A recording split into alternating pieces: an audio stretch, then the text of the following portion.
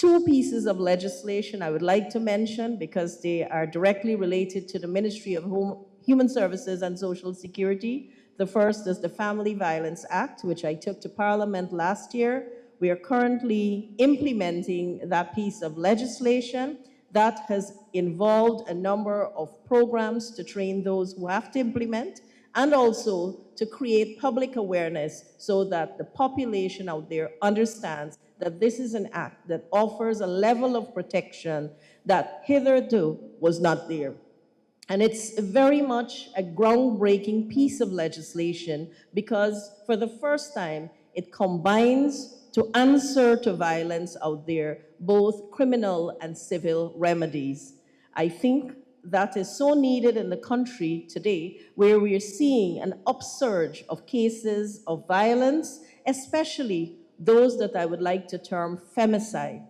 Last year, I was very cautious in saying we had a 33% reduction in cases of domestic violence. Very cautious, because I saw at the beginning of the year, we had an upsurge in these cases. Now, people will also look at us and say, with all of the systems that you are putting in place, including reporting systems, you are seeing more reports. It does not necessarily mean there are that many more cases, but it could mean that there was under-reporting before because these things were not in place.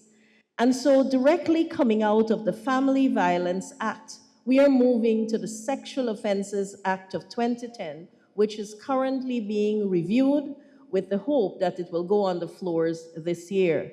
And there are key elements within this piece of legislation, one of which speaks to the sex offenders registry. So I think it is us as a government, us as a team within the government, really ensuring we get to the nitty-gritty of what needs to be put in place legislatively so that we can have the response through the long arm of the law so that justice can always be meted out to those who act in contravention of our laws of Guyana. These Hope and Justice Centers is to provide under one roof all the services required by anyone who experiences violence of any kind. And so from the time a person walks in, they are greeted and they are able to make a police report in an environment very different to a police station.